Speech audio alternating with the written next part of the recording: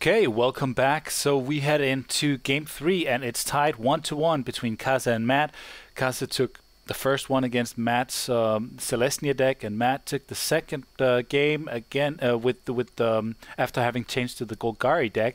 So Kaze is going to go ahead and choose play. He drops the Is It Guildgate just like he's done in every other or in the first two games. And Matt is going to go ahead and drop the Swamp and the Drainpipe Vermin. So once again, having creatures on board from one of the very early turns. Kaze's deck is kind of an aggro evasion deck, but it is it's not late evasion or late aggro. It's kind of turn 3, turn 4 where it starts turning or switching on. He's going to go ahead and drop the Rogue's Passage and pass the turn. Matt is dropping the Forest, swinging in with the Drainpipe Vermin, doing 1 point of damage to Kaze. And not much that he can do about that. Is he going to play something else? Nope, he's going to pass the turn. So, turn 3, and Kaze is going to drop what? Dun dun dun dun dun dun dun dun dun dun dun dun. Okay, he's dropping a mountain and he is playing a Lava Crew, which gives him a bit of defense and an ability to, well, Matt has a response for that. He wants to be able to swing in with his creatures, and Lava Crew is definitely not what he wants to see on board. He doesn't want to take that 1 point of damage every turn, or at least 1 point of damage from the Lava Crew.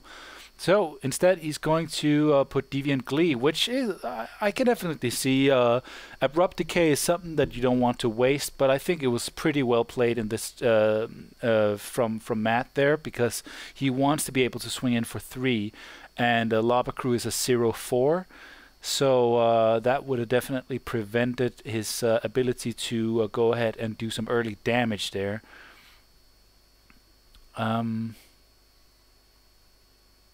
Alright, and Kaze puts a halt to that, drops the Lee of Sky Knight, detains the Drainpipe Vermin, and he drops a Boros Garrison and bounces the Rogue's Gallery back to his hand. Not Rogue's Gallery, sorry, his Rogue's Passage. So Matt goes ahead and drops a second Forest, plays the Gerard Orders, and he's going to go look for 2 creatures, 1 to put in his hand and 1 to put in his graveyard. He's going to go ahead and find the Perilous Shadow, which helped him out a lot in the previous turn, and the Sewer Shambler, which he's going to put in his graveyard so he can scavenge it onto perhaps the Perilous Shadow or perhaps the Drainpipe Vermin. So, Kaze's turn, and he's going to go ahead and drop an island, putting his total mana to 5. For those of you who don't know, the Boros Garrison gives him 2 mana each turn. The tempo is alright.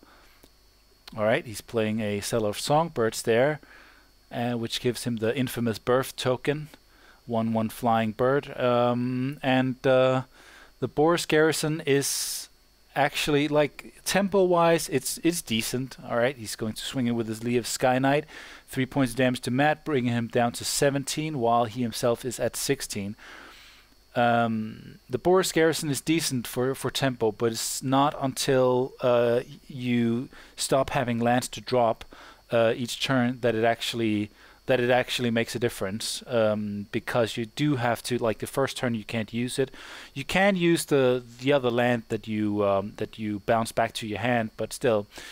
All right, I guess the Drainpipe Vermin and the Cell of Songbirds and the Birth token traded. So Matt got a 2-for-1 there. I don't think he's too unhappy about that. He has a Trestle Troll, so he will be able to keep the Lee of Sky Knight back. And Kaze has shown that he doesn't have a lot of pump spells. He does have a burn spell, but he doesn't have a lot of pump spells there. And the Trestle Troll is also able to regenerate. So, pretty good. Kaze drops the Rogue's Passage again, and then a Rune Wing. Let's see. Just want to check something. Trestle Troll here. Yeah, it takes 3 mana to regenerate. It has Defender and Reach, and for 1 colorless, 1 black, 1 green, it regenerates. So Matt is going to go ahead and play the Perilous Shadow, and he's able to hold back the Lee of Sky Knight and kill it if he swings in. So that makes it so that Kaze can't swing in with both of his flyers just to do a little bit of damage without losing the Sky Knight. So Kaze's turn, and he has some things that he needs to think through there.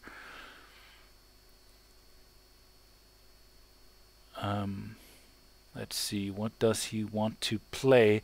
He does want to swing in with Lee of Sky Knight, and nope, he does not want to swing in.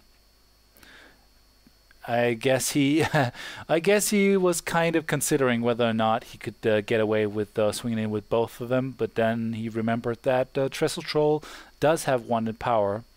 So Matt is going to go ahead and swing in with the Perilous Shadow, which quite quickly could, yep, he's going to go ahead and pump it all the way up to 610, doing 6 points of damage, bring Kaze down to 10. One hell of a creature. Okay, Explosive Impact. Alright, Giant Growth. Do 9 points of damage. So the Explosive Impact is wasted. Very, very decent play. But I'm not sure that Explosive Impact would have done a lot anyways, because Perilous Shadow is... Oh, it's a 0/4. That's true.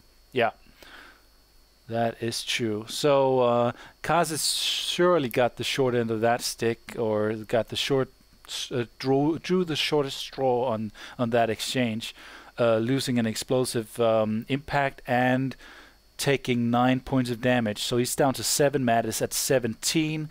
This is not looking good for Kaze. He drops a plains,